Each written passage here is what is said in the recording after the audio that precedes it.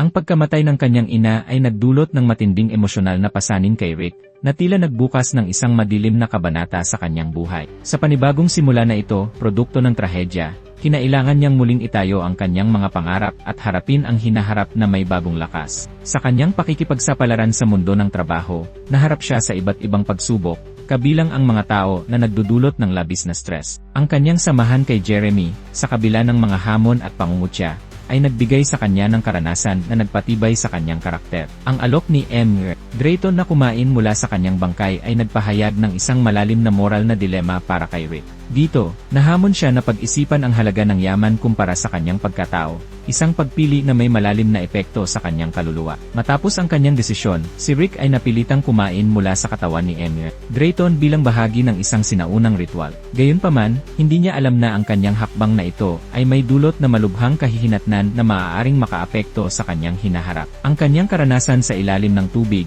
sa harap ng mga panganib, ay nagbigay diin sa mga pagsubok ng kanyang napiling landas. Sa sandaling ito, napagtanto niya ang tunay na halaga ng kanyang mga pinili at ang malalim na epekto nito sa kanyang kaluluwa, na tila naglalabas ng mga tanong ukol sa kanyang pagkatao. Pagkatapos ng mga karanasang iyon, natuklasan ni Rick ang isang libro tungkol sa mga sin eaters. Ang prosesong ito ay naglalarawan ng paglipat ng mga kasalanan mula sa yumaong tao tungo sa taong kumakain, isang simbolikong hakbang na nagbigay sa kanya ng mas malalim na pag-unawa ukol sa kanyang sitwasyon at mga desisyon. Habang hinahanap ni Rick ang kapatawaran, tila isang agos ng emosyon ang bumabalot sa kanya, ngunit nahirapan siyang kilalanin ang kanyang mga kasalanan. Ang takot na kanyang nadarama ay nag-udyok sa kanya na maghanap ng kasagutan, tila isang paglalakbay na puno ng sakit at pagdududa. Ang mga espiritu ng mga nagkasala ay nagdudulot ng mga nakakatakot na bisyon sa buhay ni Rick, na nagiging sanhi ng mas matinding takot at pagkabalisa habang siya ay inuusig ng mga kasalanan ng iba. Ang mga tahimik na kaluluwa na ito ay tila naglalarawan ng mga kahihinatnan ng mga desisyon na kanyang ginawa.